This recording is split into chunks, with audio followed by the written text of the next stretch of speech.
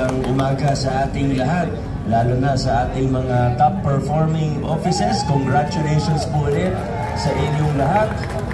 Well-deserved po ito. Nakita naman po natin yung mga opisina na tinawag, talagang napakahusay, napakasipag. Hindi ko na isa-isahin. Ano nangyari? Okay lang kayo dyan?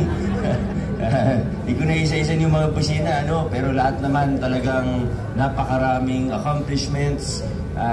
Tayo naman po sa buong lokal na pamahalaan, kahit yung mga hindi po nagwagi sa ating top performing offices sa ilalim ng ating praise committee. Sa totoo, marami rin naman mga opisina na lahat ng opisina natin may mga kanya-kanyang accomplishments, maraming nagawa ngayong 2024. Siguro may mga ibang opisina lang na kailangan improve yung documentation side na lang, yung mga MOB natin at lahat. Yung iba naman ay naalos nandun na rin pero ganun talaga, syempre, pagka may awarding, may mananalo at may hindi mananalo. Yung mga absent, wala silang GC. Hindi, joke lang. Yan, joke lang po. Alam ko naman na pag ganitong malapit na magpasko, marami na rin gumagamit ng mga leave. Yung mga hindi pa nagagamit ng leave, binagamit na yung mga vacation leave nila. Ay okay, gaya nung hepe ng market, naka-leave na po siya. Hindi ko napapanggitin kung sino yun. Okay lang po yun. Okay lang yun. Ano naman lang yun. Importante buong taon naman nagtatrabaho. At ayun po, December 12, bale, last working day na bago magpasko. Although may pasok pa tayo next week at may flag racing pa rin naman tayo. May bumibasyo pa nga tayo masyado excited. Pero sana lahat po tayo ay makapagpahinga din ngayong Pasko. Sana maging masaya. Spend time with our family higit sa lahat.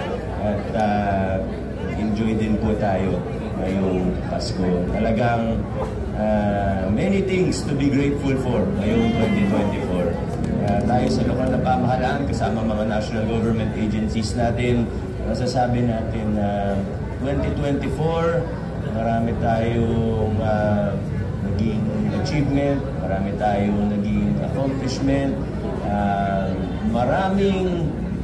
siguro masasabi natin na ang 2024 para sa maraming bahagi ng ating pamahalaan at ng ating paggugobyerno, ito ay naging isang breakthrough year para sa ating lahat. Naging breakthrough year ang ating 2024. Banggitin ko lang po yung isa.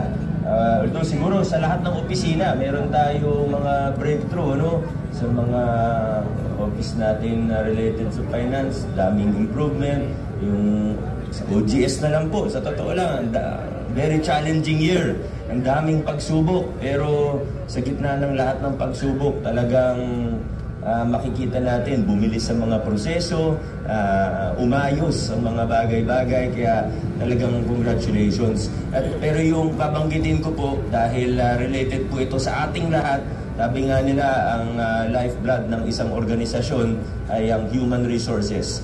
Ngayon po, 2024, for the first time in history, mas marami na tayong regular employees kaysa sa casual at contractual job order.